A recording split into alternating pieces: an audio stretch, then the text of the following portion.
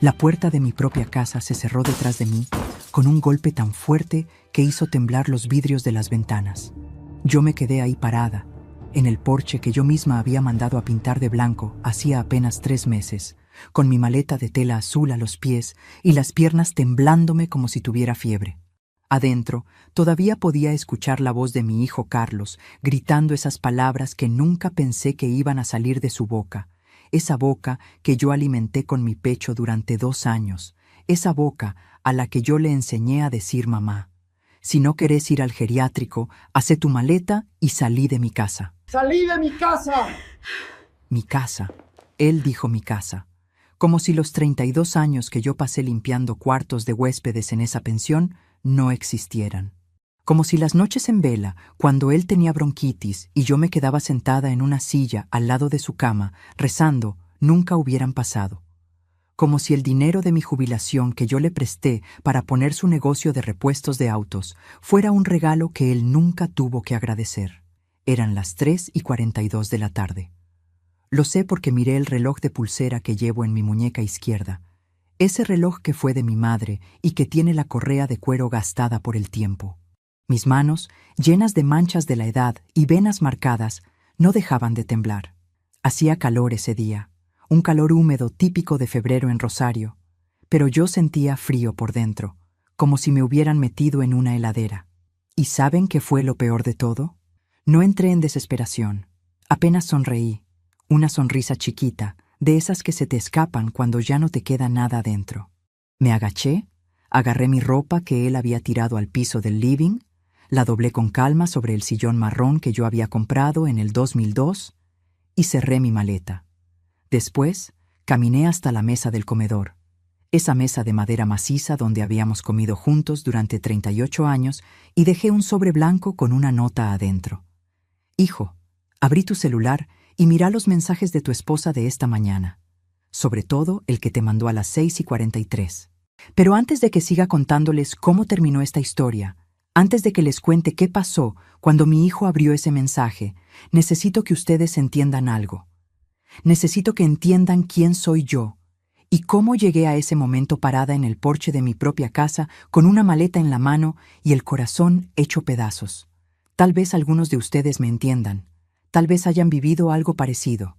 Si es así, déjenme un comentario aquí abajo contándome su historia. Y si conocen a alguien que esté pasando por esto ahora mismo, compartan este video. A veces una historia ajena nos ayuda a encontrar fuerzas para nuestra propia vida. Me llamo Patricia Domínguez. Tengo 61 años recién cumplidos el 7 de enero. Nací y me crié acá en Rosario, en el barrio Echesortu, en una casa humilde con piso de mosaicos y un patio con un limonero que daba limones todo el año. Mi papá era empleado municipal y mi mamá costurera. Aprendí desde chiquita que en esta vida nadie te regala nada, que hay que trabajar duro y con honestidad. Me casé a los 20 años con Roberto, un buen hombre que trabajaba de mecánico. Éramos pobres pero felices. 3 años después nació Carlos, nuestro único hijo. Fue un embarazo difícil, casi lo pierdo a los 5 meses, y después los médicos me dijeron que no iba a poder tener más hijos. Entonces Carlos se convirtió en todo para mí. Todo. Mi razón de levantarme cada mañana. Mi razón de trabajar hasta que me dolieran los huesos. Cuando Carlos tenía 8 años, Roberto murió de un infarto fulminante. 42 años tenía mi marido. Lo encontré tirado en el piso del baño una madrugada. Todavía recuerdo el frío de las baldosas bajo mis rodillas cuando me arrodillé al lado de él y le grité que no me dejara sola, pero ya se había ido. Me quedé viuda a los 31 años con un niño que mantener y sin más estudios que la primaria completa. ¿Qué hace una mujer en esa situación? Buscarse la vida como sea. Empecé trabajando de empleada doméstica, después de cocinera en un comedor, después limpiando oficinas de noche. Pero yo quería algo más. Quería darle a mi hijo una vida mejor. Quería que él pudiera estudiar, que no tuviera que sufrir como yo. Así fue como en el 2000, con todos los ahorros que había juntado durante 10 años, más un préstamo del banco que pagué durante otros 10 años, compré esta casa. Una casa vieja de 2 plantas en el barrio Alberdi, cerca del Parque Independencia. Tenía 5 cuartos grandes, baños compartidos y una cocina enorme. La convertí en pensión. Pensión Domínguez, le puse. Un cartelito modesto en la puerta. Durante 30 años yo recibí huéspedes en esa casa. Estudiantes universitarios que venían de pueblos del interior, trabajadores temporales, familias de pacientes que estaban internados en los hospitales de la zona. Yo les cocinaba, les lavaba la ropa, les hacía sentir que tenían un hogar lejos de su hogar. Me levantaba a las 5 de la mañana para preparar el desayuno. Me acostaba después de medianoche, después de limpiar la cocina y dejar todo listo para el día siguiente. Mis manos, estas manos que ahora tiemblan cuando hace frío, lavaron miles de sábanas. Estas rodillas que ahora me duelen, subieron y bajaron esas escaleras cientos de veces por día durante 3 décadas. Esta espalda que ahora me molesta cuando duermo, cargó colchones, baldes de agua, bolsas de ropa. Pero yo nunca me quejé, porque cada peso que entraba a esa casa era un peso para el futuro de Carlos. Le pagué los mejores colegios que pude pagar. Le compré los libros, los uniformes, las zapatillas de marca que él quería para no sentirse menos que sus compañeros. Cuando terminó la secundaria, le pagué la universidad. Estudió administración de empresas. Se recibió a los 25 años y yo estaba ahí en la ceremonia de graduación con un vestido que había comprado especialmente para ese día, llorando de orgullo. Después, él conoció a Daniela, una chica bonita, de familia de clase media, con estudios universitarios también. Yo me alegré. Pensé que mi hijo había encontrado una buena mujer. Se casaron cuando él tenía 28. Yo pagué la mitad de la fiesta. Fueron 120 invitados en un salón lindo del centro. Daniela lucía hermosa con su vestido blanco, y Carlos estaba tan elegante con su traje gris. Al principio, todo parecía ir bien. Ellos vivían en un departamento alquilado a 20 cuadras de mi casa. Yo seguía con mi pensión, pero ya estaba cansada. Las rodillas me dolían cada vez más. Los médicos me dijeron que tenía principio de artrosis, pero seguí trabajando porque no sabía hacer otra cosa. Hace 5 años, cuando yo cumplí 56, decidí jubilarme. Cerré la pensión. Ya no daba más. Los últimos huéspedes se fueron. Yo limpié la casa de arriba a abajo, y por primera vez en 30 años, esa casa quedó en silencio. Fue entonces cuando Carlos me propuso que ellos vinieran a vivir conmigo. Para ese entonces ya tenían 2 hijos, Mateo y Sofía, mis nietos hermosos.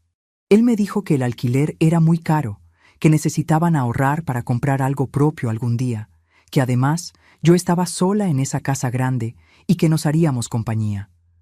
Yo acepté sin pensarlo 2 veces. Estaba feliz. Iba a tener a mi familia cerca. Iba a poder ver crecer a mis nietos todos los días. Iba a poder cocinarles, cuidarlos, darles todo el amor que tenía guardado. Pero lo que yo no sabía, lo que yo no vi venir, era que esa decisión iba a ser el principio de mi propia pesadilla. Al principio todo era lindo. Yo jugaba con los nenes, les cocinaba sus comidas favoritas, los llevaba al parque. Daniela trabajaba de administrativa en una empresa y Carlos tenía su negocio de repuestos. Yo ayudaba con todo lo que podía en la casa. Limpiaba, cocinaba, cuidaba a los chicos cuando ellos tenían que trabajar hasta tarde. Pero de a poco, muy de a poco, las cosas empezaron a cambiar. Daniela empezó a hablarme con un tono distinto.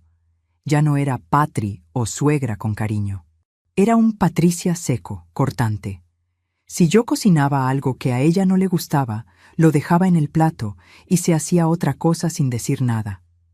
Si yo ponía la ropa a secar en el patio de una manera que a ella no le parecía, la cambiaba de lugar suspirando fuerte como si yo fuera una estúpida. Y Carlos, mi hijo, mi Carlos, empezó a cambiar también. Ya no me preguntaba cómo había dormido. Ya no se sentaba conmigo a tomar mate por la tarde como hacíamos antes. Si yo le comentaba algo, él me contestaba con monosílabos. Sí, ma. No, ma. Después vemos, ma. Hace 2 años, Carlos vino a pedirme plata prestada. Su negocio estaba pasando por una mala racha. Necesitaba 100,000 pesos urgente para pagar a los proveedores. Yo le di todo lo que tenía ahorrado sin preguntarle cuándo me lo iba a devolver. Era mi hijo. Uno no le presta a su hijo con condiciones. Nunca me devolvió ese dinero. Y cuando hace 6 meses le pregunté con cuidado si podía devolverme, aunque sea una parte, porque yo necesitaba hacerme unos estudios médicos que la obra social no me cubría, me miró como si yo le estuviera pidiendo algo ridículo. Ma, vos sabés la situación que estamos pasando. No seas egoísta. Encima que vivís acá sin pagar nada. Sin pagar nada. Yo, en mi propia casa. Y ahí fue cuando empecé a darme cuenta de que algo estaba muy mal. Daniela empezó a decirle a la gente que la casa era de ellos. Cuando venían visitas, ella las recibía como si fuera la dueña. Yo me convertí en una especie de sombra en mi propio hogar. Comía en la cocina mientras ellos comían en el comedor. Miraba televisión en mi cuarto porque cuando yo estaba en el living, ellos ponían cara de fastidio. Los nenes, mis nietos, empezaron a tratarme diferente también, porque los chicos copian lo que ven en los adultos. Si Mateo me pedía que le preparara algo de comer, Daniela le decía, «Deja a la abuela tranquila, ella ya está grande y cansada», como si yo fuera un mueble viejo que estorba. Y llegamos a hoy, a esta tarde de febrero en la que todo explotó. Esta mañana yo estaba limpiando la cocina después del desayuno cuando escuché a Daniela hablando por teléfono en el patio. Hablaba bajo, pero las ventanas estaban abiertas y yo pude escuchar algunas frases. «Sí, mi amor. Pronto. Ya casi tengo todo listo. Él no sospecha nada. En cuanto consiga que firme los papeles de la casa». Me quedé helada con el trapo de cocina en la mano. ¿De qué papeles hablaba? ¿Quién era ese mi amor? ¿Y por qué hablaba de mi casa? No dije nada. Pero durante toda la mañana no pude dejar de pensar en eso. A la hora del almuerzo, Carlos llegó del trabajo de mal humor. Se sentó a comer sin saludarme. Yo les había preparado milanesas con puré, algo simple. Daniela probó el puré y dijo, «Está salado». No era cierto. Yo lo había probado. Estaba perfecto, pero ella lo apartó con asco. Entonces Carlos dijo, «Ma, tenemos que hablar». Yo me senté en la mesa con el corazón latiéndome fuerte. Sabía que algo malo venía. «Mira», me dijo, «nosotros ya no podemos seguir así. Esta casa es muy chica para todos. Los chicos necesitan su espacio. Daniela y yo necesitamos privacidad. ¿Y vos? Vos ya estás en una edad en la que necesitas cuidados». «¿Qué querés decir?», le pregunté con la voz temblorosa. Daniela metió la cuchara. «Lo que Carlos te quiere decir, Patricia, es que ya es momento de que pienses en mudarte a un lugar donde puedan cuidarte bien. Un geriátrico lindo, cómodo, donde haya gente de tu edad. Un geriátrico. Me querían meter en un geriátrico. Pero esta es mi casa», dije yo con un hilo de voz. «Era tu casa», dijo Daniela mirándome fijo. «Ahora vivimos todos acá y las cosas tienen que cambiar». Yo miré a mi hijo esperando que él dijera algo, que me defendiera, que le dijera a su mujer que ella no tenía derecho a hablarme así. Pero Carlos se quedó callado, mirando su plato. Algo se quebró dentro de mí en ese momento. Me levanté de la mesa, fui hasta mi cuarto y saqué mi celular. Busqué el número de teléfono de mi hijo Carlos. Entré a la aplicación donde están los mensajes y empecé a buscar. Yo no soy muy buena con la tecnología, pero mis nietos me habían enseñado algunas cosas. Y sabía que a veces los mensajes de Daniela llegaban también al teléfono de Carlos, porque ellos tenían las cuentas sincronizadas, o algo así. Y ahí lo encontré. El mensaje que Daniela le había enviado a un número que yo no conocía. Esta madrugada, a las 6:43 de la mañana, mientras todos dormíamos. «Mi amor, ya casi está. Anoche le di otra vez con el tema del geriátrico. Carlos está cediendo. En una semana como mucho le hago firmar a la vieja el poder para vender la casa. En cuanto tenga la plata, me divorcio y nos vamos juntos como planeamos. Te amo». Leí ese mensaje 3 veces. Cada palabra era una puñalada. Mi nuera estaba teniendo una aventura. Estaba manipulando a mi hijo para quedarse con mi casa. Y después iba a dejarlo. Iba a destruirlo. Volví al comedor. Los miré a los dos sentados ahí, comiendo tranquilos mis milanesas, y tomé una decisión. No iba a llorar. No iba a suplicar. No iba a gritarles las verdades que me quemaban la garganta. Iba a irme. Pero antes, iba a dejar que la verdad hiciera el trabajo por mí. Está bien, dije con una calma que no sentía. Me voy a ir. Carlos levantó la vista sorprendido. Creo que esperaba que yo armara un escándalo, que llorara, que me aferrara a él como hacen las madres desesperadas en las novelas. Pero yo ya no era esa madre. ¿En serio, ma?, preguntó él casi con alivio. En serio. Fui a mi cuarto. Agarré mi maleta vieja, metí mi ropa, mis documentos, las pocas joyas que tenía, la foto de mi marido Roberto. No tardé más de 20 minutos. Cuando salí con mi maleta, Carlos estaba parado en el living con los brazos cruzados. Daniela estaba sentada en el sillón con una sonrisa de triunfo en los labios. «Ma, no hace falta que te pongas dramática», dijo Carlos. Esa fue la gota que derramó el vaso. Ahí fue cuando él gritó: «Si no querés ir al geriátrico, hacé tu maleta y salí de mi casa. Y acá estoy ahora, parada en el porche, con mi maleta a mis pies, el sobre blanco sobre la mesa del comedor, y mi hijo del otro lado de la puerta que acaba de cerrarse con tanta violencia. Respiro hondo, levanto mi maleta, y empiezo a bajar los 3 escalones del porche. Mis piernas tiemblan, mis ojos arden, pero no lloro. No voy a darles esa satisfacción. Camino hasta la esquina. Desde ahí llamo un taxi. Le doy la dirección de Marta, mi amiga de toda la vida, la única persona en este mundo en la que todavía confío. Y mientras espero que llegue el taxi, sentada en un banco de la parada de colectivo, mi celular empieza a sonar. Es Carlos. No atiendo. Vuelve a sonar. Y otra vez. Y otra vez. Después de la 7ª llamada, atiendo. «Mamá, mamá, ¿qué hiciste? ¿Qué carajo hiciste?» La voz de mi hijo está quebrada. Ya no es la voz de quien acaba de echarme de casa. Es la voz de un hombre que acaba de descubrir que su mundo se está derrumbando. Y yo, con esa misma calma fría que me sostuvo todo este tiempo, le digo: «Hijo, yo no hice nada. Solo dejé que la verdad hablara por mí». Y corto. El taxi llega. Subo. Cierro la puerta.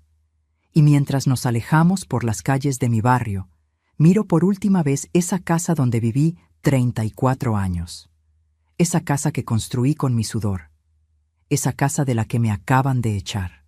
Pero por primera vez en mucho tiempo siento algo parecido a la paz. Porque yo ya no soy la Patricia que se deja humillar. Soy la Patricia que eligió su dignidad. El taxi avanzaba por las calles de Rosario mientras yo miraba por la ventana sin ver realmente nada. Las imágenes se mezclaban. El porche de mi casa, la cara de Carlos cuando me gritó, las manos de Daniela con esa sonrisa de triunfo.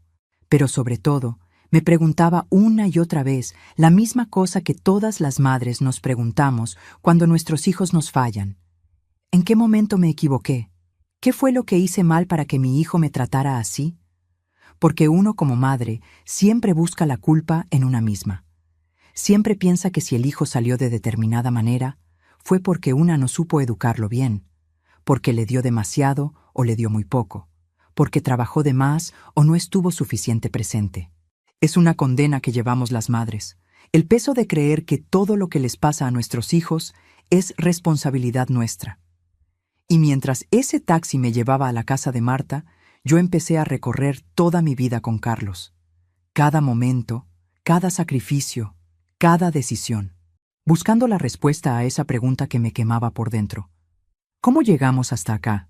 Cuando Roberto murió aquella madrugada de abril del 95, yo me quedé con un niño de 8 años que lloraba todas las noches pidiendo a su papá. Carlos dormía en mi cama porque tenía pesadillas. Se despertaba gritando, empapado en sudor, llamando a Roberto. Yo lo abrazaba fuerte contra mi pecho, le acariciaba el pelo, le cantaba las mismas canciones que le cantaba cuando era bebé. «Tranquilo, mi amor, mamá está acá, mamá nunca te va a dejar». Esas palabras, yo se las repetí miles de veces durante los años que siguieron. Mamá nunca te va a dejar, y cumplí esa promesa. Nunca lo dejé, ni un solo día. Tal vez ese fue mi error. Tal vez debí haberlo dejado caer alguna vez para que aprendiera a levantarse solo. Los primeros años después de la muerte de Roberto fueron los más duros de mi vida. Yo trabajaba en 3 lugares diferentes. De 6 de la mañana a 2 de la tarde limpiaba casas. De 3 a 6 de la tarde cocinaba en un comedor escolar.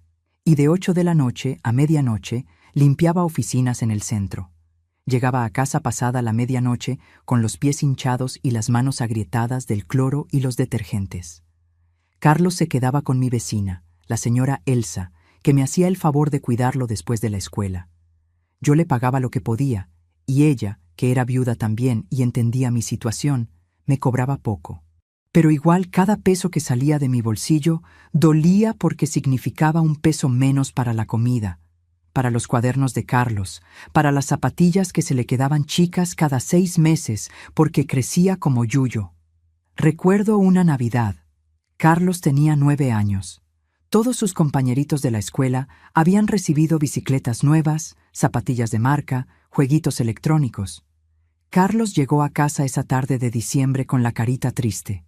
No me dijo nada, pero yo sabía lo que pasaba. Lo había visto en sus ojos cuando otros chicos hablaban de lo que Papá Noel les iba a traer. Esa noche, cuando él ya estaba dormido, yo me senté en la cocina y conté todo el dinero que tenía ahorrado en una lata de galletitas que escondía arriba de la alacena. 400 pesos. Era todo lo que había podido juntar en 3 meses. Ese dinero era para pagar la matrícula de la escuela del año siguiente. Pero miré a mi hijo durmiendo en su camita, tan chiquito, tan solo en este mundo sin su padre, y tomé una decisión. Al día siguiente fui al centro y compré una bicicleta usada pero en buen estado. Le faltaba pintura en algunos lados y tenía una rueda media chuenga, pero funcionaba.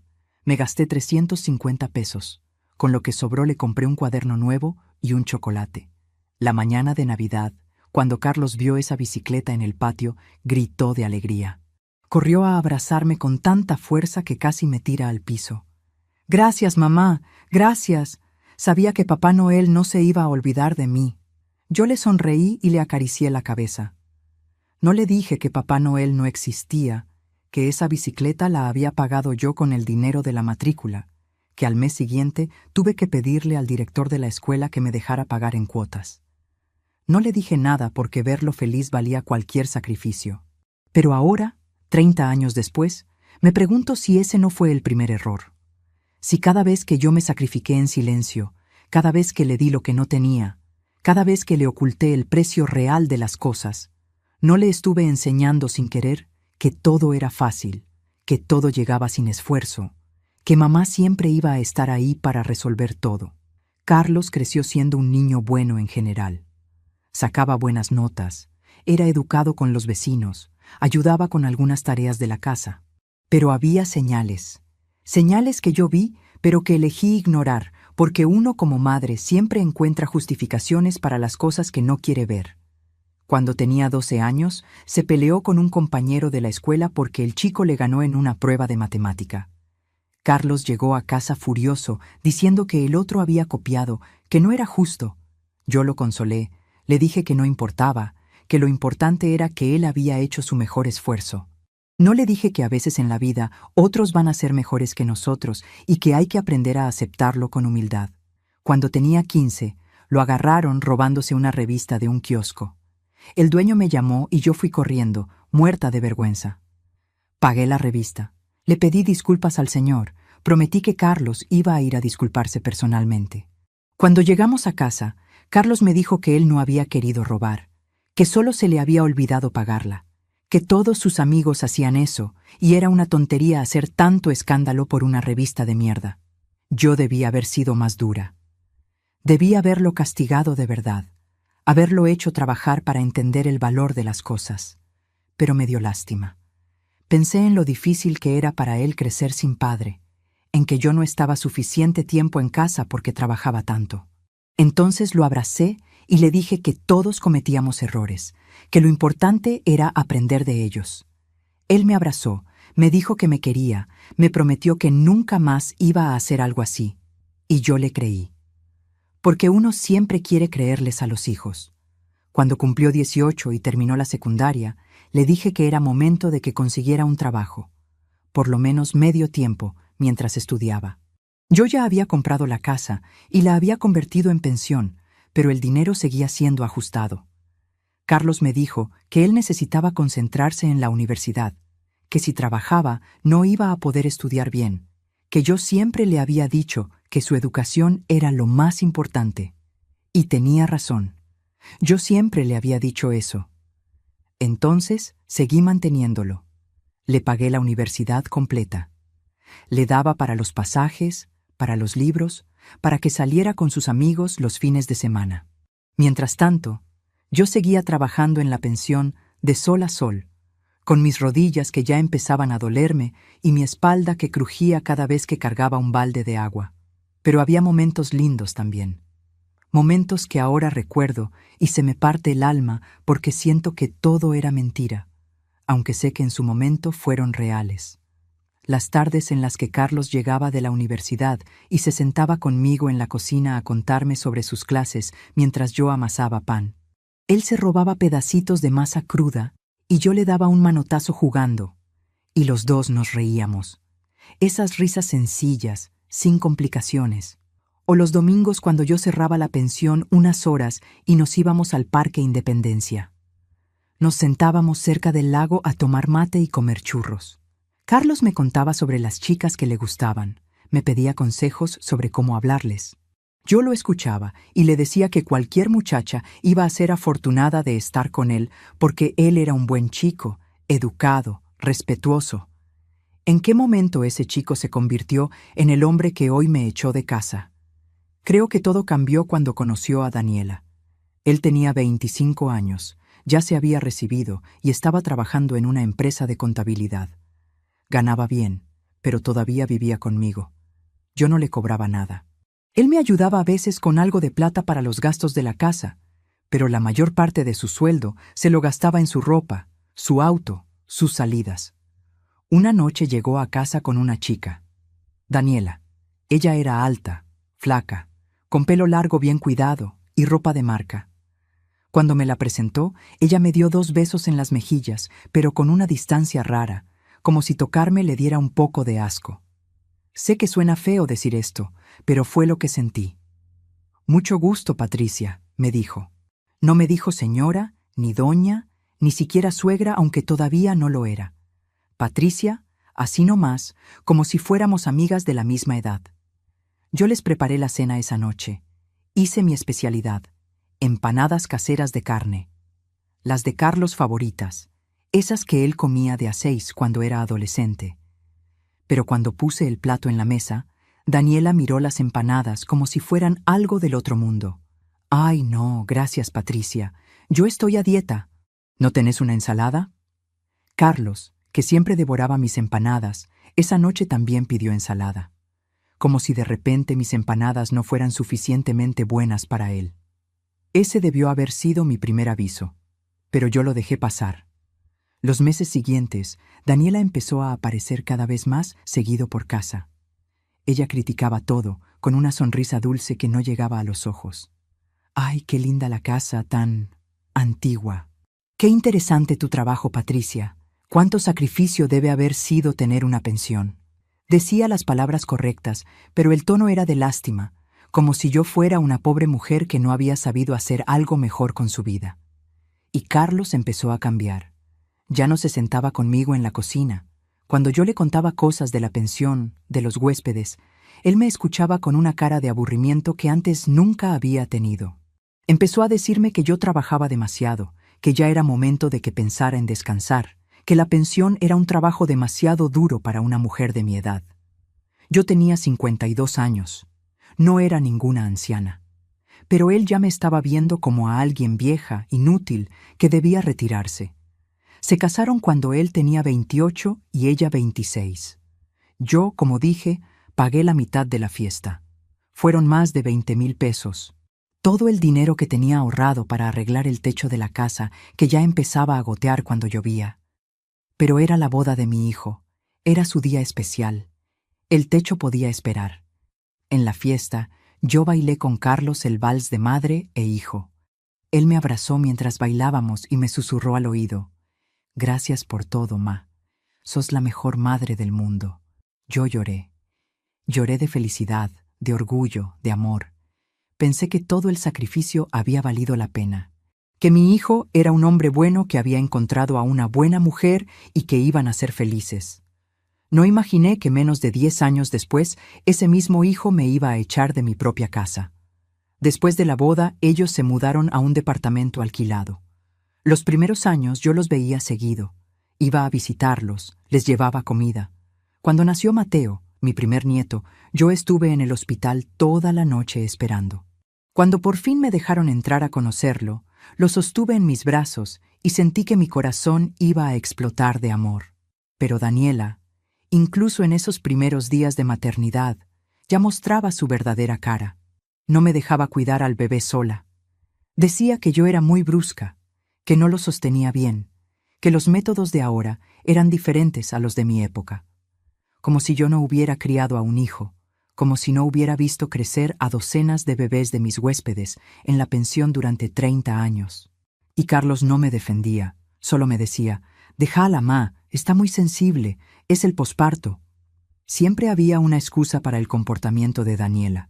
Está cansada, está estresada, está con cambios hormonales, está preocupada por la plata, está, pero nunca había ninguna excusa para mí cuando yo me sentía dolida, cuando yo necesitaba que mi hijo me viera, que me defendiera, que me dijera que mi lugar en su vida importaba.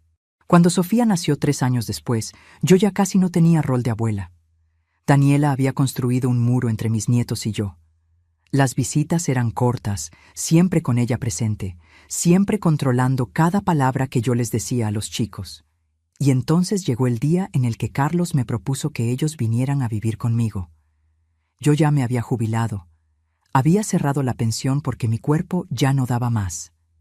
Vivía sola en esa casa grande con mi pequeña jubilación y algunos ahorros. Y cuando Carlos llegó con esa propuesta, yo me ilusioné. Pensé que era mi oportunidad de recuperar a mi familia, de ser parte de la vida de mis nietos, de volver a cocinar para mi hijo como antes. «Va a ser temporario, ma», me dijo Carlos, «hasta que juntemos para comprarnos algo». Temporario. Ya van 5 años. El primer año fue más o menos llevadero. Yo todavía tenía algo de autoridad en mi propia casa. Pero de a poco, Daniela fue tomando control de todo. Cambió los muebles del living sin preguntarme. Pintó las paredes de colores que a mí no me gustaban, pero no me consultó.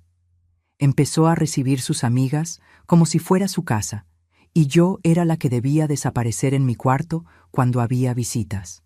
Hace un año, en mi cumpleaños número 60, yo esperé todo el día que me felicitaran, que me dieran aunque sea un abrazo.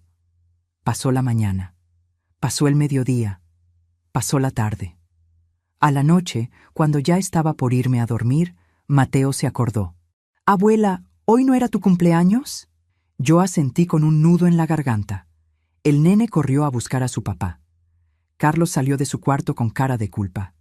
«Ay, ma, perdón, con todo el trabajo se me pasó». No hubo torta, no hubo regalo, no hubo abrazo. Solo un perdón, dicho sin ganas. Esa noche lloré sola en mi cuarto, con la cara hundida en la almohada para que nadie me escuchara.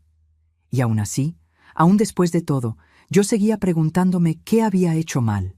Seguía buscando la forma de recuperar a mi hijo, de hacer que me viera de nuevo como a su madre y no como a un estorbo.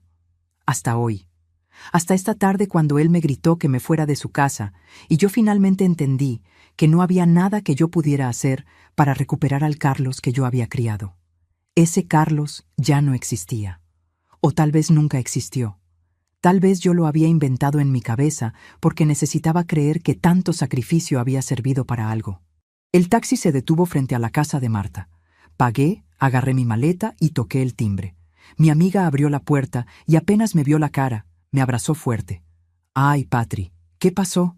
Y ahí, por primera vez en todo el día, me permití llorar. Marta me llevó hasta su living y me hizo sentar en el sillón de tela floreada que ella había comprado el año pasado en una liquidación. Me preparó un té de tilo con miel, ese que siempre toma ella cuando está nerviosa, y se sentó a mi lado sin decir nada. Solo me agarró la mano y esperó a que yo pudiera hablar. Marta y yo nos conocemos desde que teníamos 12 años. Fuimos juntas a la escuela secundaria, nos hicimos señoritas juntas, nos casamos con un mes de diferencia. Las dos enviudamos jóvenes. Ella también tuvo que trabajar duro toda su vida, limpiando casas ajenas para criar a sus 3 hijos. Si hay alguien en este mundo que entiende lo que es sacrificarse por los hijos, esa es Marta. Le conté todo, desde el principio, desde esa mañana cuando escuché a Daniela hablando por teléfono en el patio, hasta el momento en el que Carlos me echó de casa, hasta el mensaje que yo le dejé sobre la mesa. Cuando terminé de hablar, Marta se quedó callada un momento largo. Después sacudió la cabeza y apretó mi mano con fuerza. Patri, vos hiciste lo correcto. Lo único correcto que podías hacer en esta situación. ¿Sí? Le pregunté con la voz quebrada. Porque yo no sé, Marta. Yo no sé si hice bien. Es mi hijo, mi único hijo. ¿Y si ahora me odia para siempre? ¿Y si nunca más vuelvo a ver a mis nietos? Marta me miró fijo a los ojos. ¿Y qué ibas a hacer? ¿Quedarte ahí, dejando que te pisotearan? ¿Dejar que esa mujer te robara tu casa y encima destruyera a tu hijo sin que él se diera cuenta? No, Patri. Vos le diste a Carlos una oportunidad de abrir los ojos antes de que fuera demasiado tarde. Tal vez ella tenía razón. Pero en ese momento, sentada en el sillón de mi amiga con mi maleta azul a mis pies y mi vida entera desmoronándose, yo no sentía que había hecho lo correcto. Sentía que había perdido todo. Mi celular no paraba de sonar. Carlos me había llamado 32 veces en menos de 2 horas. También me había mandado mensajes, muchos mensajes. Yo no los quería leer, pero Marta me dijo que tenía que hacerlo, que necesitaba saber qué estaba pasando. Abrí los mensajes con las manos temblando. Mamá, por favor, aténdeme. Necesito hablar con vos urgente. No puedo creer lo que vi. No puedo creer que ella me haya hecho esto. Mamá, tenías razón. Perdóname. Perdóname por todo. Por favor, decime dónde estás. Necesito verte. Daniela ya no está en la casa. Agarró a los chicos y se fue con su hermana. Mamá, te necesito. Por favor. Leí cada mensaje 2 veces. La parte de mí que siempre había sido madre, esa parte que no se puede apagar aunque una quiera, se moría por llamarlo, por decirle dónde estaba, por ir corriendo a consolarlo. Pero había otra parte, una parte nueva que recién estaba naciendo en mí, que me decía, no, hasta acá, ya no más. ¿Qué vas a hacer?, me preguntó Marta. No lo sé, le dije honestamente. Necesito pensar. Esa noche dormí en la cama de la pieza de huéspedes de Marta. O mejor dicho, intenté dormir. Me quedé despierta hasta la madrugada, mirando el techo, repasando toda mi vida, cada decisión, cada sacrificio, cada vez que había tragado saliva y aguantado una humillación, cada vez que había justificado el comportamiento de Carlos, cada vez que había permitido que me trataran como si yo no importara. Y fue ahí, en esa cama que no era la mía, en esa casa que no era la mía, después de haber sido echada de la casa que sí era la mía, cuando algo dentro de mí se rompió definitivamente. Pero no se rompió de tristeza, se rompió de rabia, una rabia limpia, fría, que me llenó desde los pies hasta la cabeza. Yo había trabajado 30 años sin parar. Había levantado esa casa. Había criado a mi hijo sola después de que su padre muriera. Le había dado todo lo que tenía y todo lo que no tenía. Y él me había echado a la calle como si yo fuera basura. Y aunque ahora él estuviera arrepentido, aunque ahora hubiera descubierto la traición de su esposa, eso no cambiaba lo que había hecho. Eso no borraba las palabras que me había dicho. Salí de mi casa, como si yo fuera una desconocida, como si los 38 años que yo había dedicado a él no significaran nada. Basta. Ya hasta acá. Esas palabras se repetían en mi cabeza como un mantra. Basta. Ya hasta acá. Me levanté de la cama a las 5:30 de la mañana. Marta todavía dormía. Fui hasta la cocina, me preparé un mate y me senté a pensar con claridad por primera vez en años. Yo tenía una casa escriturada a mi nombre. Carlos no tenía ningún derecho legal sobre esa casa. Yo tenía una jubilación modesta pero suficiente para vivir. Tenía algunos ahorros que él no sabía que existían, porque los había guardado en una cuenta aparte hace años, cuando empecé a sospechar que las cosas no andaban bien. Tenía salud, más o menos, y tenía 61 años. No era joven, pero tampoco era tan vieja como para no poder empezar de nuevo. ¿Qué era lo que realmente me ataba a esa situación? El miedo. El miedo a estar sola. El miedo a perder a mi hijo para siempre. El miedo a no volver a ver a mis nietos. El miedo a que la gente dijera que yo era una mala madre por haberle dado la espalda a mi hijo en un momento difícil. Pero ese miedo, me di cuenta, era lo que me había mantenido prisionera durante años. Ese miedo era lo que Daniela había usado para manipularme, y era lo que Carlos había usado, consciente o inconscientemente, para aprovecharse de mí. No más miedo. Cuando Marta se despertó a las 7, yo ya tenía un plan. «Necesito que me acompañes a hacer unas cosas hoy», le dije. «¿Qué cosas?», preguntó ella mientras se servía café. «Primero vamos a ir a un escribano. Necesito asegurarme de que todos mis papeles estén en orden y que nadie pueda tocar mi casa sin mi permiso. Segundo, vamos a ir al banco a revisar mis cuentas. Y tercero, vamos a ir a hablar con un abogado». Marta me miró sorprendida. «Patri, ¿estás segura?» «Más segura que nunca en mi vida». A las 9 de la mañana ya estábamos en el estudio del escribano Fernández, el mismo que me había ayudado cuando compré la casa en el 92. Don Julio ya era un señor mayor, debía tener unos 75 años, pero todavía trabajaba y su cabeza estaba clarísima. Le expliqué mi situación. Él me escuchó sin interrumpir, con sus manos manchadas de la edad entrelazadas sobre el escritorio. «¿Tu hijo tiene algún poder sobre tus bienes?», me preguntó. «No», le dije. «Nunca le di ningún poder. La casa está a mi nombre. Todo está a mi nombre». «Bien. Eso es muy bueno, Patricia.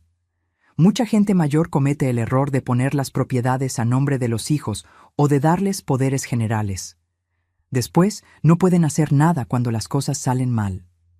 Me explicó que yo tenía control total de mi casa, que nadie podía venderla, alquilarla ni hacer nada con ella sin mi firma y mi presencia personal. Me recomendó que hiciera un testamento claro para evitar problemas futuros, y me sugirió que pusiera una nota en el registro de propiedad prohibiendo que se hicieran trámites sobre mi casa sin una verificación especial de mi identidad.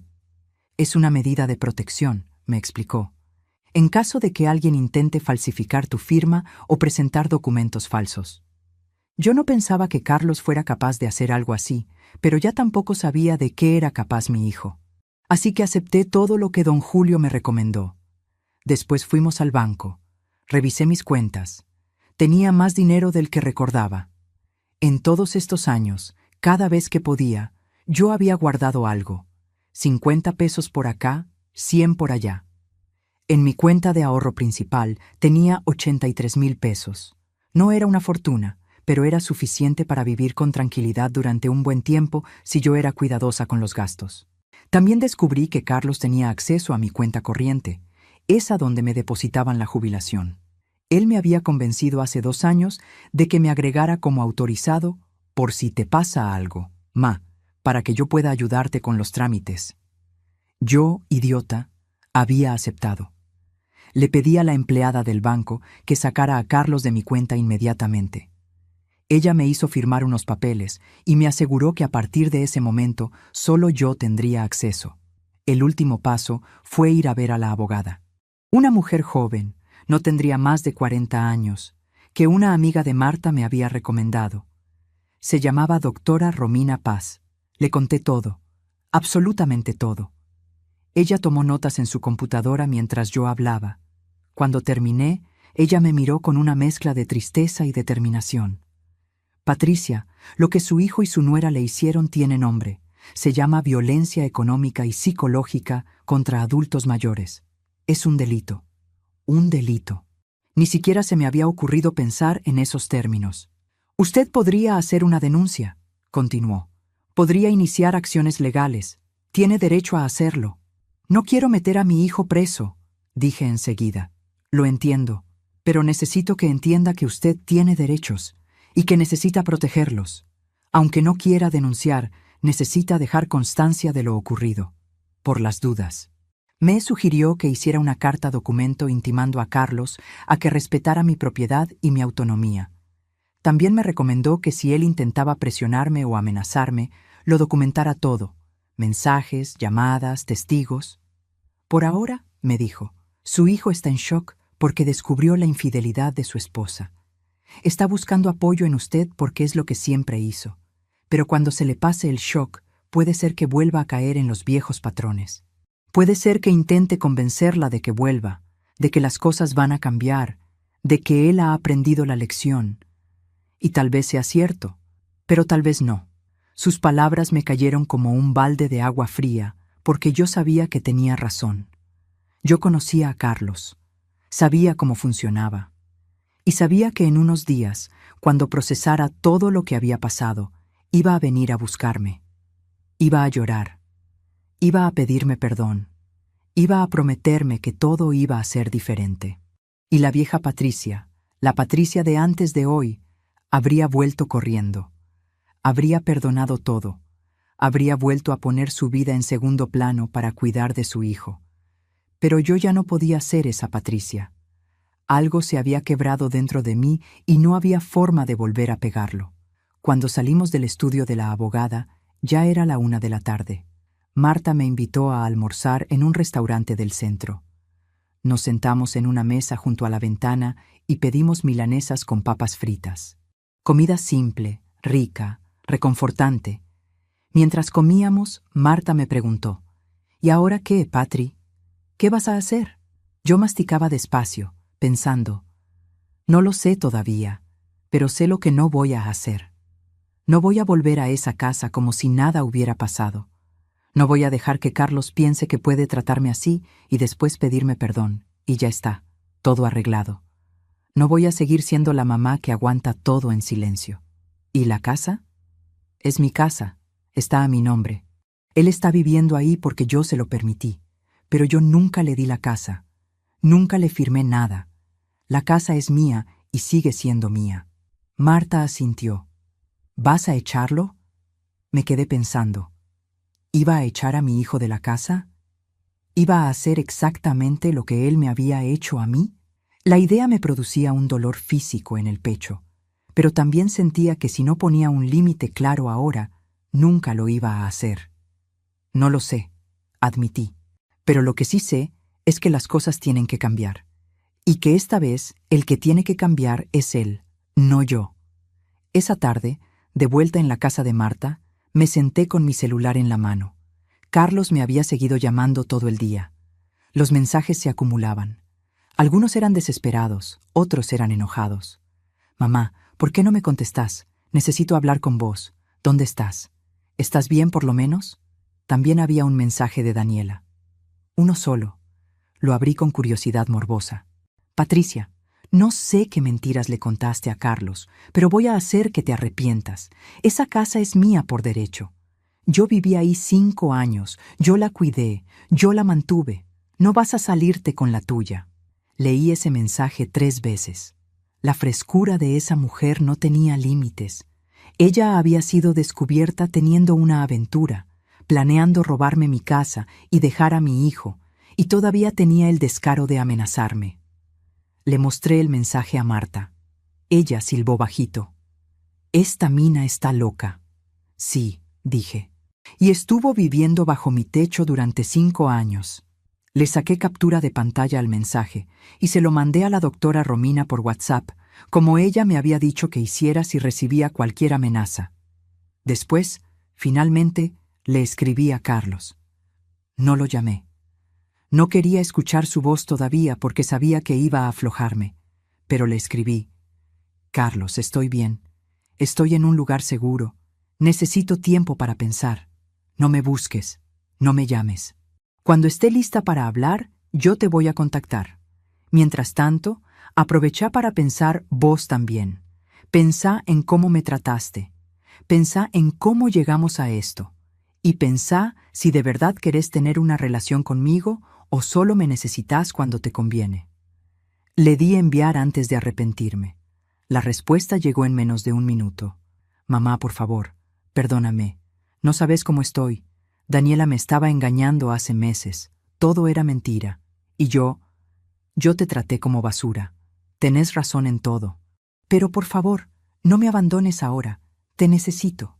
Leí su mensaje y sentí que el pecho se me partía. Pero no le contesté. Apagué el celular y me fui a dormir. Durante los siguientes 3 días me quedé en la casa de Marta. No prendí el celular. No hablé con nadie. Solo descansé. Miré televisión. Ayudé a Marta a cocinar. Salimos a caminar por el parque.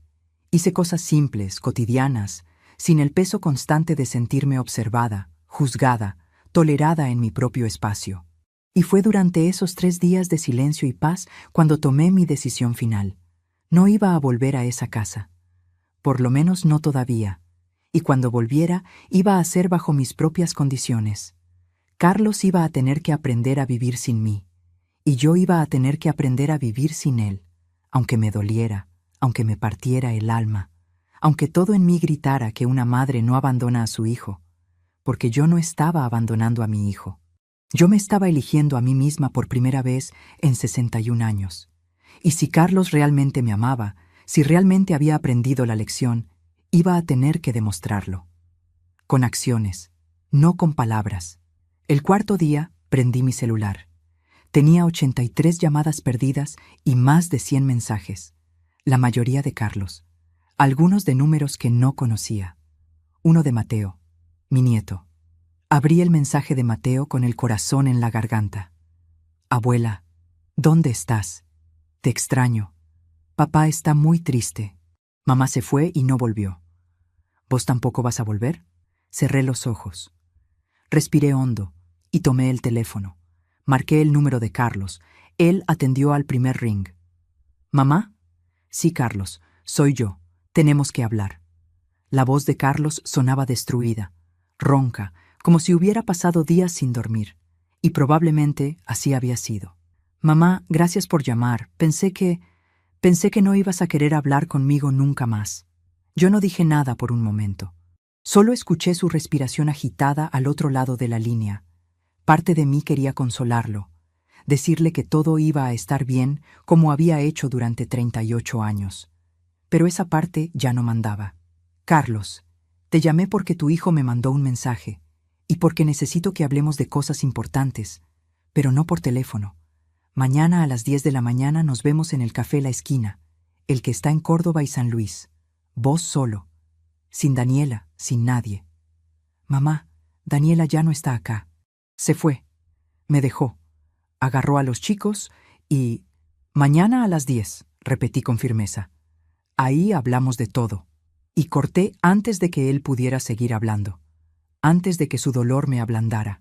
Marta me miró desde el sillón con una mezcla de orgullo y preocupación. ¿Estás segura de que querés verlo tan pronto? No estoy segura de nada, le dije honestamente. Pero si no lo enfrento ahora, nunca lo voy a hacer. Esa noche casi no dormí. Ensayé en mi cabeza todo lo que le iba a decir, cada palabra, cada argumento, porque sabía que Carlos iba a intentar convencerme, iba a usar su dolor para manipularme, consciente o inconscientemente. Y yo necesitaba estar preparada. A las 9:30 de la mañana siguiente, Marta me acompañó en colectivo hasta el centro. Ella se quedó esperándome en una plaza cercana mientras yo caminaba las 2 cuadras hasta el café. Llegué 5 minutos antes. Me senté en una mesa del fondo, pedí un cortado y esperé con las manos apretadas sobre la cartera. Carlos llegó exactamente a las 10. Lo vi entrar por la puerta de vidrio y me impactó su aspecto. Tenía ojeras profundas, la ropa arrugada, el pelo sin peinar. Se veía 10 años más viejo que hacía una semana. Cuando me vio, sus ojos se llenaron de lágrimas. Caminó hasta mi mesa y se quedó parado ahí, como esperando permiso para sentarse. Yo le señalé la silla con la cabeza. Él se sentó pesadamente. «¡Mamá!», empezó con la voz quebrada. «No», lo interrumpí. «Primero vas a escuchar, después vas a hablar, ¿entendido?». Él asintió como un niño regañado. Yo respiré hondo y empecé. «Carlos, hace 4 días me echaste de mi propia casa. Me gritaste, me humillaste, Me trataste como si yo fuera un estorbo, como si los 38 años que pasé criándote, sacrificándome por vos, no significaran nada. Y lo hiciste delante de tu esposa, dándole a ella el poder de decidir sobre mi vida, sobre mi casa, sobre mi dignidad. Mamá, yo... Todavía no terminé, dije con voz firme. Durante 5 años viví en mi propia casa sintiéndome una intrusa, bancándome los desprecios de tu mujer, esperando que vos me defendieras aunque sea una vez, una sola vez, pero nunca lo hiciste. Siempre había una excusa para ella. Siempre yo era la que tenía que entender, la que tenía que aguantar, la que tenía que hacerse chiquita para no molestar. Carlos tenía la cabeza gacha. Las lágrimas le caían sobre la mesa. Te presté plata que nunca me devolviste. Te di mi casa sin cobrarte un peso. Te crié solo después de que tu papá murió. Trabajé hasta que el cuerpo me dolía para que vos pudieras estudiar, para que tuvieras una vida mejor que la mía. ¿Y cómo me pagaste? Echándome a la calle como a un perro. Perdóname, susurró él. Perdóname, mamá. Tenés razón en todo. Yo fui un hijo de puta. Fui un mal hijo, el peor hijo del mundo. No te estoy diciendo esto para que te sientas culpable, continué. Te lo estoy diciendo para que entiendas que las cosas tienen que cambiar. Ya no puedo seguir siendo la madre que aguanta todo en silencio. Ya no puedo seguir poniendo tus necesidades adelante de las mías. Tengo 61 años, Carlos. No soy eterna. Y no quiero pasar el tiempo que me queda sintiéndome menos que nada. No, mamá, vos nunca fuiste menos que nada. Sos todo para mí. Entonces demóstralo, le dije mirándolo fijo a los ojos, porque las palabras ya no me alcanzan. Nos quedamos en silencio un momento. La moza se acercó y le preguntó a Carlos si quería algo. Él pidió un café que ni siquiera tocó cuando se lo trajeron. Mamá, dijo finalmente. Daniela me engañó durante meses. El tipo es un compañero de trabajo de ella. Se veían a la hora del almuerzo, después del trabajo, los fines de semana cuando ella decía que iba a lo de su hermana. Leí todos los mensajes, cientos de mensajes, diciendo que me iba a dejar en cuanto tuviera la plata de la casa, que vos eras una vieja chota que no se quería morir, que yo era un boludo fácil de manipular. Me dolió escuchar eso, pero no dije nada. Lo dejé hablar. Cuando leí tu nota y abrí los mensajes, me quise morir. Llamé a Daniela gritando. Ella vino corriendo desde donde estaba, pensando que algo le había pasado a los chicos. Cuando me vio con el celular en la mano, se puso blanca. Intentó negarlo primero, pero yo le mostré los mensajes. Entonces cambió de estrategia. Me dijo que yo tenía la culpa, que yo nunca le prestaba atención, que estaba cansada de vivir con mi mamá, que ella se merecía algo mejor. Carlos se limpió la cara con la servilleta. Agarró 2 bolsos, metió ropa de ella y de los chicos y se fue a lo de su hermana. Me dijo que me iba a pedir el divorcio, que iba a pedir la mitad de todo. Le dije que yo no tenía nada a mi nombre, que la casa era tuya. Se puso como loca. Empezó a gritar que ella había vivido ahí 5 años, que tenía derecho, que iba a conseguir un abogado y me iba a dejar en la calle. Ella no tiene ningún derecho sobre mi casa, dije tranquila. Ya fui a ver a un abogado. La casa está a mi nombre y está protegida. Daniela no puede tocar nada. Carlos me miró con sorpresa. ¿Ya fuiste a ver a un abogado? Sí. También fui al banco y te saqué el acceso a mi cuenta, y fui al escribano a asegurarme de que todos mis papeles estuvieran en orden. Porque aunque vos seas mi hijo, yo no puedo confiar en que no vayas a intentar quedarte con lo que es mío. Vi cómo esas palabras le dolían. Pero era necesario que lo entendiera. La confianza se había roto, y reconstruirla iba a llevar tiempo, si es que alguna vez se podía reconstruir. Mamá, yo nunca intentaría robarte nada. Carlos, hace una semana me dijiste que esa casa era tuya. Me echaste de mi casa como si vos fueras el dueño. ¿Cómo querés que confíe en vos? No tuvo respuesta para eso. Los chicos me preguntan por vos todo el tiempo, dijo después de un silencio largo. Mateo no entiende por qué te fuiste. Sofía llora por las noches pidiendo a su abuela. Daniela no me los quiere dejar ver. Dice que primero tengo que conseguir un abogado y arreglar las cosas legalmente. Sentí una puñalada en el pecho al pensar en mis nietos. Ellos no tenían la culpa de nada de esto, pero tampoco podía dejar que Carlos usara a los chicos para manipularme. Eventualmente vas a poder ver a tus hijos, le dije, pero ahora mismo necesitas concentrarte en arreglar tu vida. Conseguí un buen abogado. Empecé los trámites de divorcio. Y sobre todo, Carlos, pensá en qué tipo de padre querés ser. ¿En qué tipo de hombre querés ser? No sé cómo hacer esto solo, admitió él con la voz rota. Siempre estuviste vos para ayudarme con todo. No sé ni cómo se paga una boleta de luz. No sé cocinar. No sé lavar la ropa. Ahí estaba, el verdadero problema. Yo lo había hecho todo por él durante toda su vida. Y ahora que estaba solo, no sabía cómo funcionar como adulto. Vas a tener que aprender, le dije sin emoción. Porque yo ya no voy a estar ahí para hacerlo por vos. ¿No vas a volver a casa?, preguntó con pánico en los ojos. No lo sé, le dije honestamente. Todavía no lo decidí. ¿Y si yo cambio? ¿Y si aprendo a hacer las cosas? ¿Y si te demuestro que puedo ser mejor? Carlos, vos tenés 38 años. No deberías necesitar que tu madre te enseñe a ser una persona decente. Eso ya deberías saberlo. Él se cubrió la cara con las manos y empezó a llorar. No sollozos discretos. Llantos fuertes, desesperados. La gente en las otras mesas empezó a mirarnos. Yo me sentí incómoda, pero no me moví. No lo abracé, no lo consolé, lo dejé llorar. Cuando finalmente se calmó, le dije, tengo condiciones. Si algún día decido volver a esa casa, van a ser bajo mis condiciones. Y la primera condición es que entiendas que es mi casa, no tuya, mía. Vos vas a vivir ahí porque yo te lo permito, no porque tengas derecho. Sí, mamá, lo que digas. La segunda condición es que empieces a pagar mi alquiler.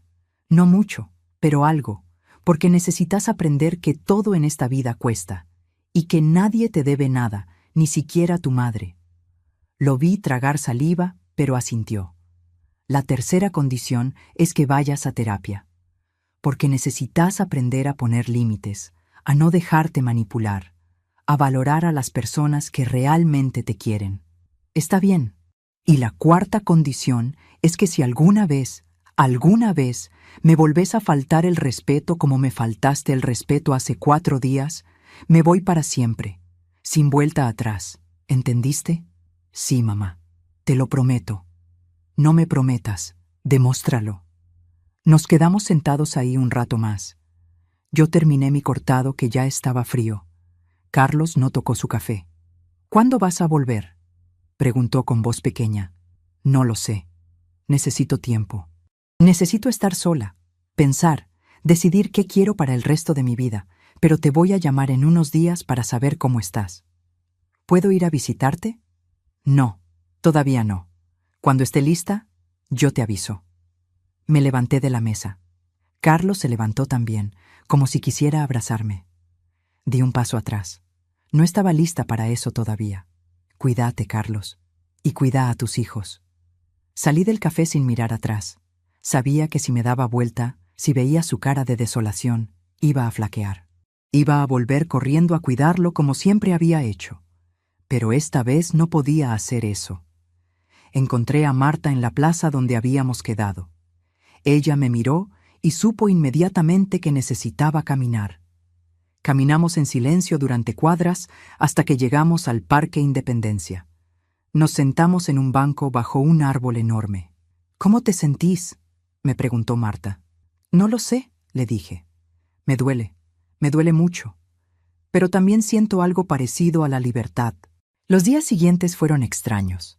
Yo seguía viviendo en la casa de Marta, durmiendo en su cuarto de huéspedes, ayudándola con las tareas de la casa. Pero era raro.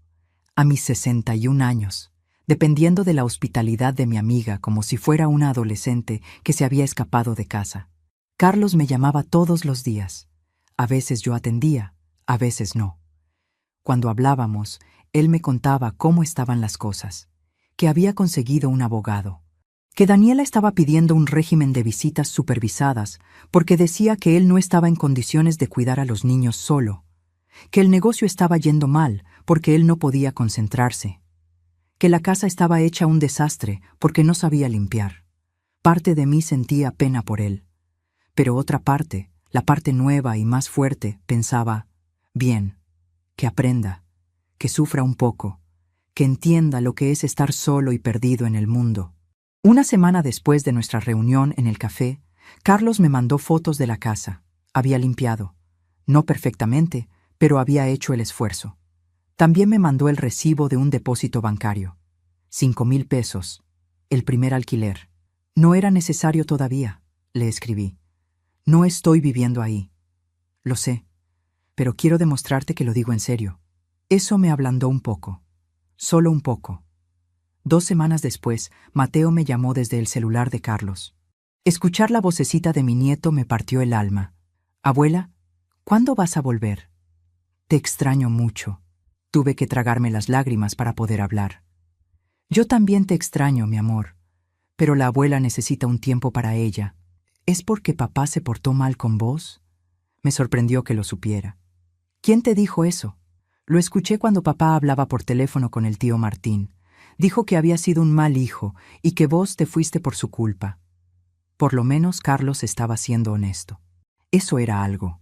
Las personas grandes a veces nos equivocamos, Mateo. Y cuando eso pasa, necesitamos tiempo para arreglar las cosas. ¿Y vas a volver? No lo sé todavía, mi amor. Yo quiero que vuelvas. Extraño tus milanesas y extraño que me cuentes cuentos antes de dormir. Me puse a llorar ahí en el patio de la casa de Marta, con el teléfono apretado contra la oreja, escuchando a mi nieto de 8 años pedirme que volviera. 3 semanas después del día en que me fui, recibí una llamada de un número desconocido. Atendí con desconfianza. ¿Patricia Domínguez? Sí, soy yo. Habla la doctora Leticia Gómez, del juzgado de familia número 5. La llamo porque su nuera, la señora Daniela Rojas, ha presentado una demanda solicitando la tenencia exclusiva de sus hijos menores y alegando que usted representa un peligro para los niños. Necesitamos que se presente en el juzgado para declarar. Me quedé helada. ¿Yo represento un peligro? ¿De qué está hablando? Según la demanda de la señora Rojas, usted manipuló a su hijo con mentiras sobre ella, destruyó su matrimonio y tiene comportamiento inestable que podría afectar a los niños si ellos están bajo el cuidado del padre en la casa donde usted reside. No podía creer lo que estaba escuchando. Daniela me estaba culpando a mí de la destrucción de su matrimonio. A mí, que solo había mostrado la verdad. Eso es completamente falso, dije con voz temblorosa. Por eso necesitamos su testimonio. ¿Puede presentarse el próximo martes a las 11 de la mañana? Acepté y colgué. Inmediatamente llamé a la doctora Romina, mi abogada. Le conté lo que estaba pasando. No se preocupe, Patricia. Esto es una estrategia de defensa común. Ella está intentando desviar la atención de su propia infidelidad culpando a otros. Vamos a ir juntas al juzgado y usted va a contar la verdad. Nada más que la verdad. El martes siguiente, vestida con mi mejor ropa, acompañada de la doctora Romina, fui al juzgado. Ahí me encontré cara a cara con Daniela por primera vez desde aquel día. Ella estaba sentada en el pasillo con su abogado, un hombre de traje caro. Cuando me vio, me miró con odio puro. Yo le sostuve la mirada sin bajar la vista. Ya no le tenía miedo. Cuando me tocó declarar, conté toda la verdad. Desde el principio hasta el final. El mensaje que había escuchado en el patio. Los mensajes que había encontrado en el celular. El plan de Daniela para quedarse con mi casa. Todo. La jueza me escuchó atentamente. Después le pidió a Daniela que pasara. No sé qué dijo ella porque yo ya no estaba ahí, pero una semana después, la doctora Romina me llamó con buenas noticias. La jueza estableció régimen de visitas compartidas. Carlos puede tener a los niños los fines de semana, y sobre las acusaciones contra usted, fueron completamente desestimadas. La jueza dijo que no había ninguna evidencia de que usted sea un peligro para los niños, y que el único comportamiento problemático evidente era el de la señora Rojas. Por primera vez en semanas, sonreí de verdad. Esa noche, Carlos me llamó llorando de alegría. «Mamá, voy a poder ver a mis hijos. El fin de semana que viene van a venir a dormir a casa, pero yo no sé cómo cuidarlos solo. Siempre estabas vos para ayudarme. ¿Podrías venir? Por favor. Solo ese fin de semana. Por favor. Y ahí estaba otra vez. El pedido. La súplica. La necesidad. Pero esta vez sonaba diferente. Esta vez no sonaba a manipulación. Sonaba a desesperación real. A un hombre que realmente no sabía cómo hacer las cosas y estaba pidiendo ayuda genuina. Está bien, dije después de pensarlo. Voy a ir, pero solo ese fin de semana y después vemos. Gracias, mamá. Gracias. El viernes a la tarde, después de 4 semanas fuera, volví a mi casa. Carlos abrió la puerta y cuando me vio, se largó a llorar y me abrazó fuerte. Esta vez yo lo dejé. Esta vez le devolví el abrazo. Pero cuando entramos, le dije con voz clara: Carlos, necesito que hablemos. Sentate. Nos sentamos en el comedor, en esa mesa donde tantas cosas habían pasado. Y ahí, mirándolo a los ojos, le dije todo lo que necesitaba decir. Yo voy a ayudarte con tus hijos este fin de semana. Voy a enseñarte a cuidarlos, a cocinarles, a bañarlos, a dormirlos. Pero después de este fin de semana, vos vas a tener que aprender a hacerlo solo, porque yo no voy a vivir acá. ¿Qué? Pero, ¿dónde vas a vivir? Esa es mi decisión. Ya lo voy a decidir. Pero esta casa es mía, está a mi nombre, y voy a hacer con ella lo que yo decida. Tal vez te la alquile, tal vez la venda, tal vez vuelva a vivir acá pero sola, no lo sé todavía. Vi el pánico en sus ojos, pero también vi algo más. Respeto. Por primera vez en años, mi hijo me estaba mirando con respeto. Esta casa vale mucho dinero, Carlos. En este barrio, una propiedad así puede valer fácilmente 5 millones de pesos, tal vez más. Esa plata es mi jubilación, mi seguridad, mi futuro. Y yo voy a decidir qué hacer con ella. Lo entiendo, mamá. ¿De verdad? ¿De verdad lo entendés? Sí. Y tenés razón. Siempre tuviste razón. Yo fui un egoísta, un malagradecido, y casi pierdo lo más importante que tengo en este mundo. Casi te pierdo a vos. Nos quedamos mirándonos en silencio. 38 años de historia entre nosotros. Amor, sacrificio, errores, dolor. Todo ahí, en ese espacio entre nuestras sillas. No me perdiste, le dije finalmente. Pero tampoco me tenés. Voy a estar en tu vida, Carlos. Siempre voy a ser tu madre. Pero ya no voy a ser tu sirvienta. Ya no voy a ser la que arregla todos tus problemas. Ya no voy a poner tu vida adelante de la mía. Está bien, lo acepto. Lo que vos decidas, yo lo voy a respetar. Y en ese momento, sentadas en esa mesa, en esa casa que yo había construido con mi sudor, sentí que finalmente había recuperado algo que había perdido hacía mucho tiempo. Mi voz, mi poder, mi dignidad.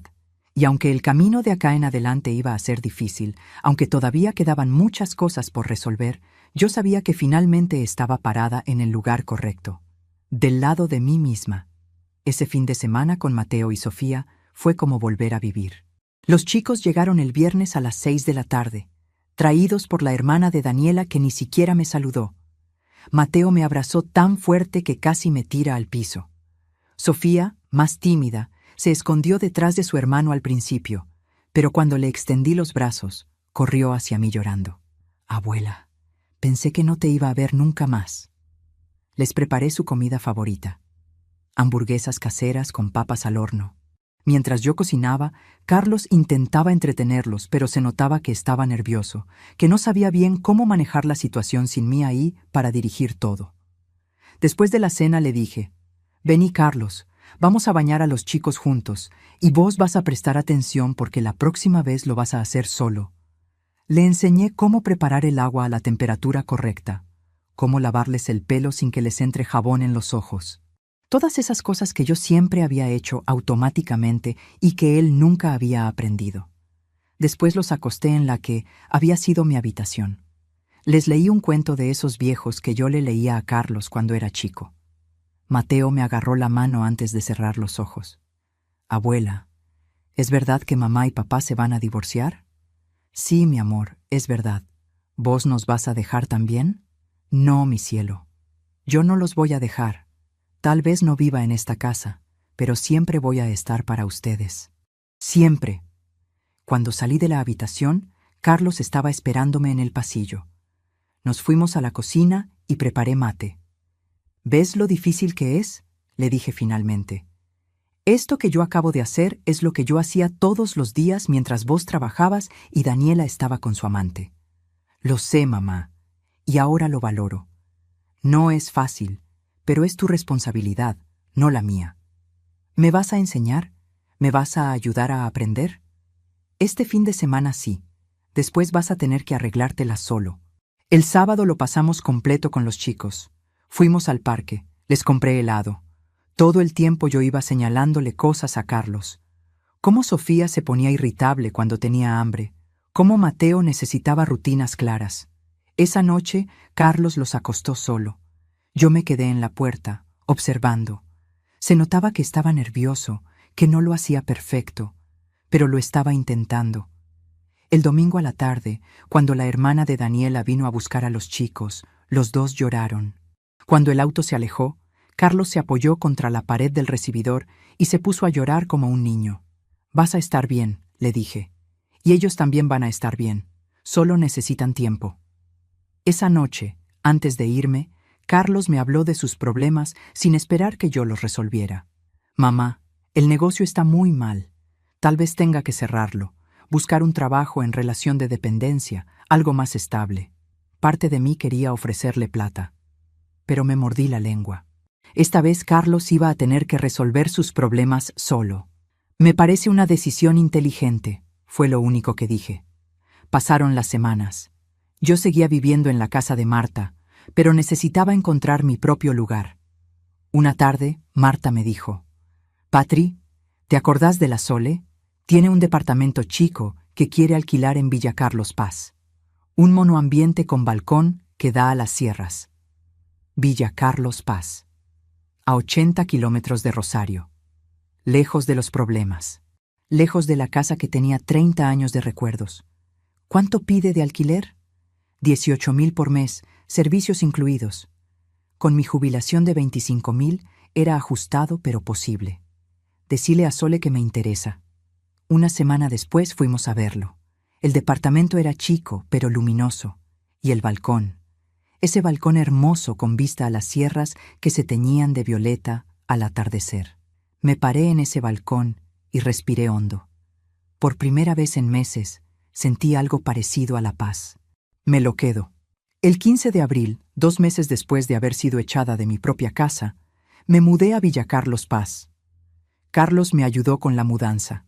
Cuando terminamos de acomodar todo, nos sentamos en el balcón a tomar mate. «¿Estás segura de esto, ma? Es muy lejos. Voy a venir a visitarlos seguido, o ustedes pueden venir acá. ¿Y la casa? ¿Qué vas a hacer con ella?» «Te la voy a alquilar. 30.000 pesos por mes. Vamos a hacer un contrato legal. Si te atrasás, te cobro interés. Como cualquier otro inquilino». Sacamos todos los papeles esa misma semana. Carlos pasó a ser legalmente mi inquilino. Los primeros meses en Villa Carlos Paz fueron extraños, pero de a poco me fui acostumbrando. Me levantaba tarde, desayunaba tranquila en el balcón, salía a caminar por el centro del pueblo. Empecé a ir a un grupo de adultos mayores. Conocí a otras mujeres de mi edad: Lidia, Norma, Rosa. Todas tenían historias parecidas a la mía. Sacrificio. Hijos desagradecidos. Y ahora estaban aprendiendo a vivir para ellas mismas. «Yo crié 5 hijos profesionales», me contó Norma un día. «¿Sabes cuántos me llaman seguido? Ninguno. ¿Y cómo lo llevas? Ellos no me deben nada. Yo elegí tenerlos. Yo elegí criarlos de la manera que los crié. Fui yo la que decidí hacer esos sacrificios. Y ahora que son adultos, tienen su propia vida. Y yo tengo que tener la mía». Esas palabras me golpearon fuerte, porque tenía razón. Carlos no me había pedido que trabajara hasta quedarme sin rodillas. Esas fueron decisiones mías. Carlos me llamaba cada semana. Me contaba sobre los chicos, sobre su trabajo nuevo. Había conseguido empleo como contador en una empresa mediana. Me contaba que estaba aprendiendo a cocinar, que cada vez se sentía más cómodo cuidándolo solo. Un día me llamó. Mamá, el juez dictaminó el divorcio. Los chicos pasan la semana con Daniela y los fines de semana conmigo. Y sobre la casa, como está todo a tu nombre, Daniela no pudo reclamar nada. Me alegro, hijo. Mamá, quiero agradecerte por todo. Carlos, ya está, ya pasó. Ahora concéntrate en ser la mejor versión de vos mismo. Un sábado de junio, Carlos vino a visitarme con Mateo y Sofía. Los chicos quedaron fascinados con las sierras.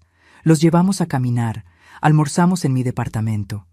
Después de comer, Carlos y yo salimos al balcón. Esta casa te queda bien, ma. Te ves diferente, más liviana. Me siento yo.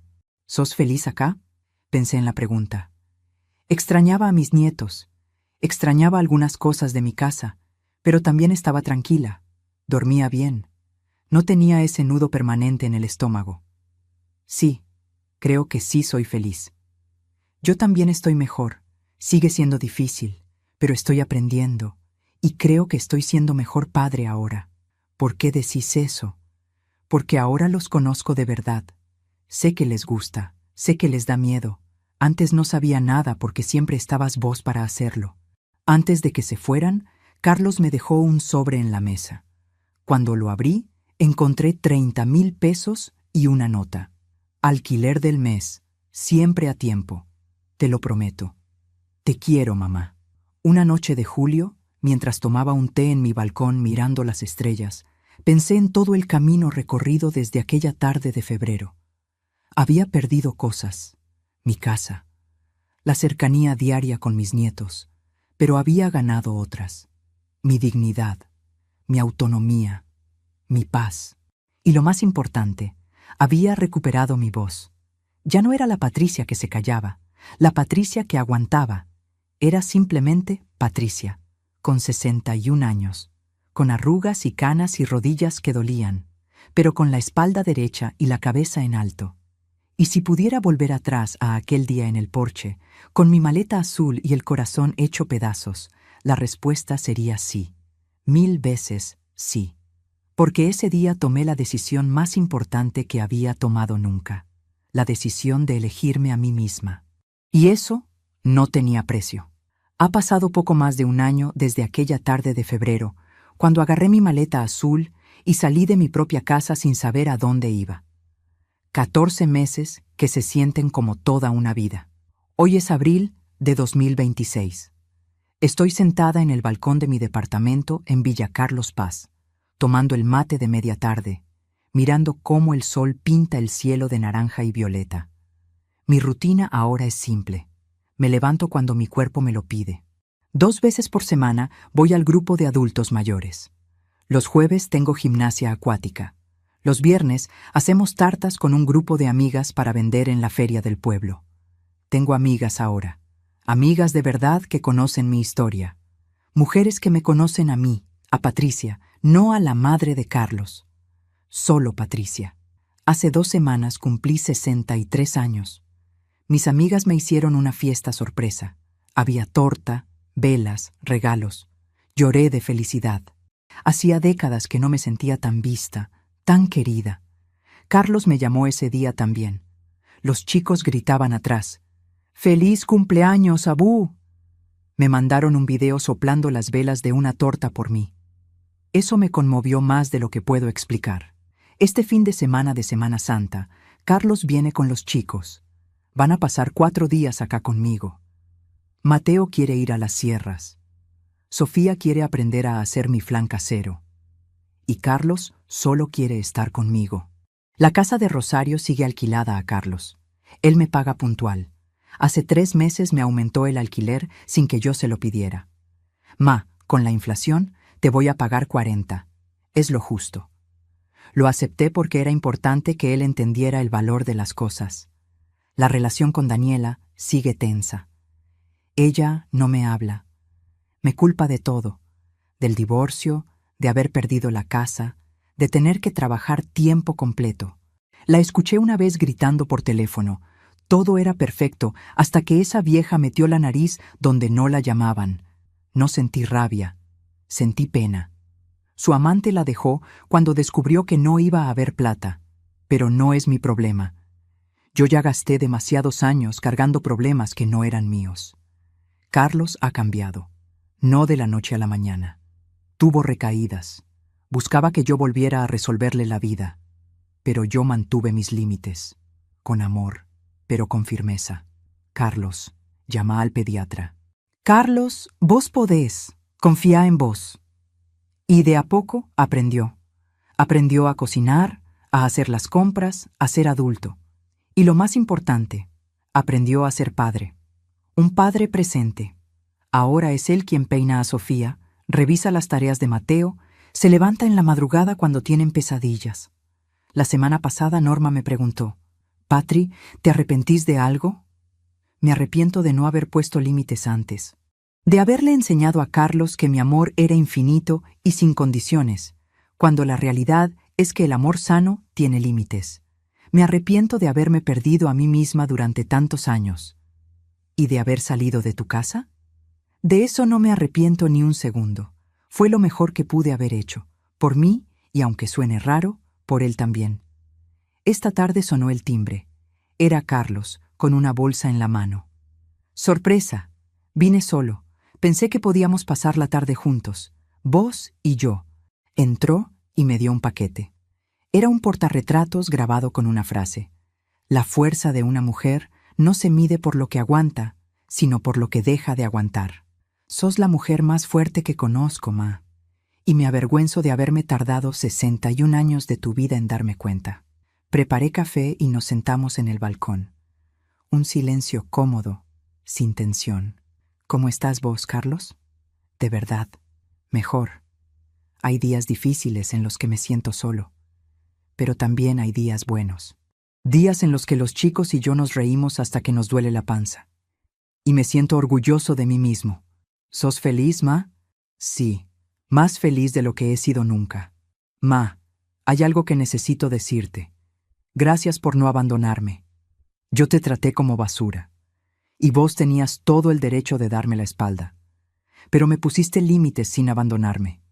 Eso lo valoro más de lo que las palabras pueden expresar. Vos sos mi hijo, Carlos. Pero ya no puedo ser la madre que se deja pisotear. Puedo ser tu madre y al mismo tiempo respetarme a mí misma. Se quedó esa noche. A la mañana siguiente preparé el desayuno.